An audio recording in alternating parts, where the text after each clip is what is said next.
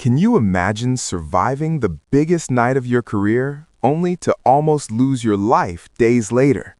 And can you imagine walking away alive while two of the people closest to you don't? All right, let's slow this down for a second, because this story isn't just messy boxing drama or internet beef gone wild.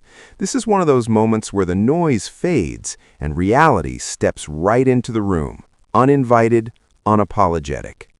A few weeks ago, Anthony Joshua was standing in front of the whole world. Netflix cameras, millions watching, big money, big stakes. He breaks Jake Paul's jaw twice and does it without turning the whole thing into a circus. Classic AJ, calm, professional, almost boring if you're addicted to chaos. Then he goes back home to Nigeria, and everything changes. A car accident, sudden, violent, unforgiving. AJ survives, somehow.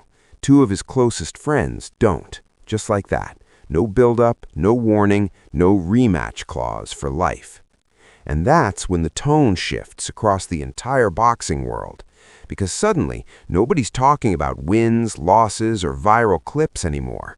They're talking about trauma, about grief, about the kind of shock that doesn't wear off after the cameras stop rolling. And then, Tyson Fury opens his mouth. And when Fury snaps, he doesn't whisper.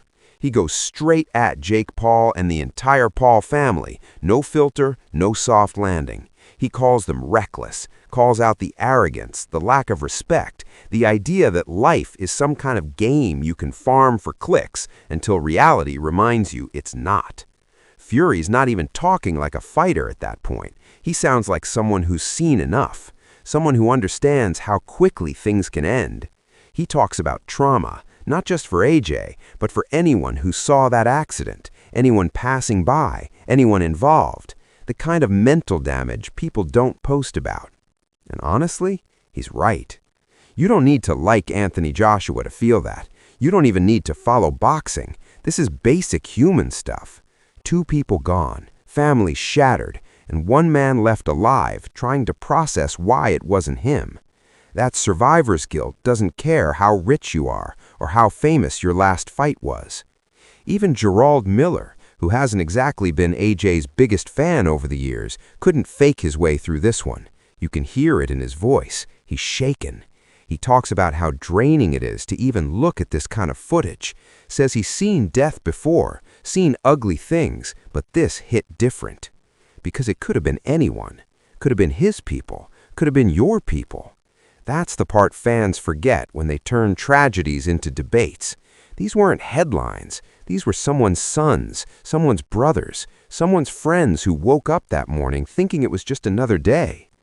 Joe Rogan starts asking the uncomfortable questions everyone's thinking, but nobody wants to say out loud. Did AJ hit his head, his neck? Is he actually okay? Or is this one of those things that follows you forever? Because surviving doesn't always mean escaping untouched. Johnny Nelson brings it to earth even more. He talks about how fast life flips, how all the beef, all the trash talk, all the fight hype turns into nothing the moment someone loses their life. He doesn't dress it up, he doesn't dramatize it. He just says it's sad. And sometimes that's the most honest thing you can say. Pain Game points out something fans gloss over way too easily. Even if AJ's alive, his body went through hell. A crash like that doesn't just bounce off you because you're a heavyweight champion. Bones don't care about belts.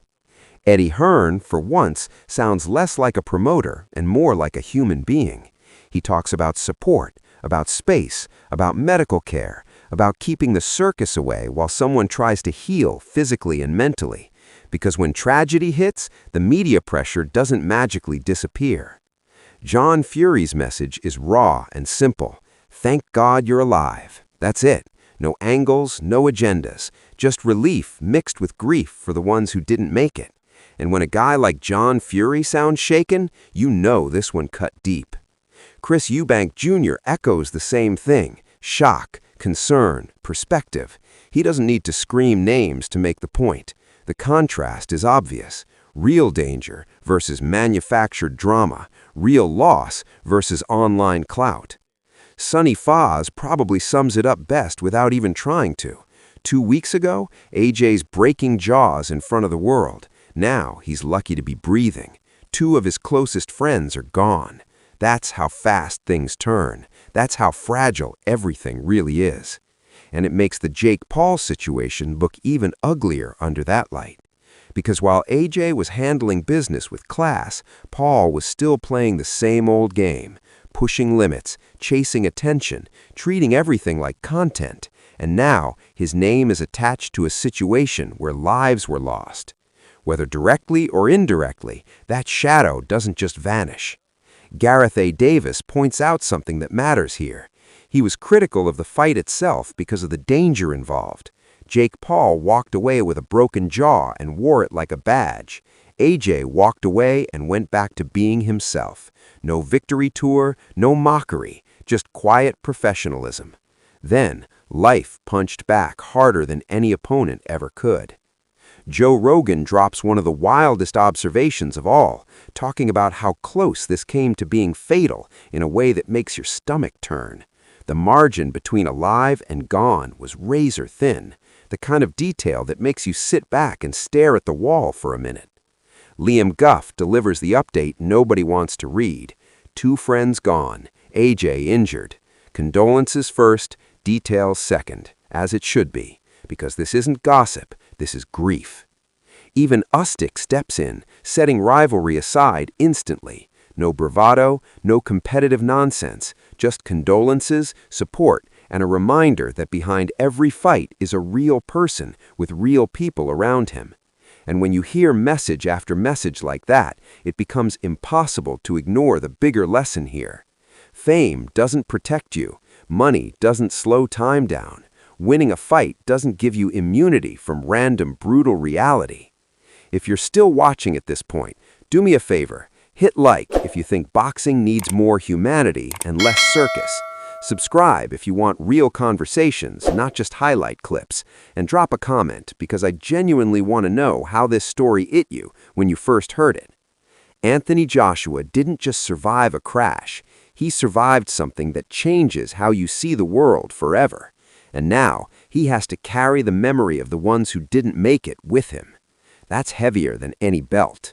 So yeah, keep the prayers coming. Keep the respect where it belongs. And maybe, just maybe, let this be a moment where everyone involved remembers that life isn't content and tragedy isn't entertainment. Thanks for being here, honestly. Take care of yourselves and hug your people a little tighter today.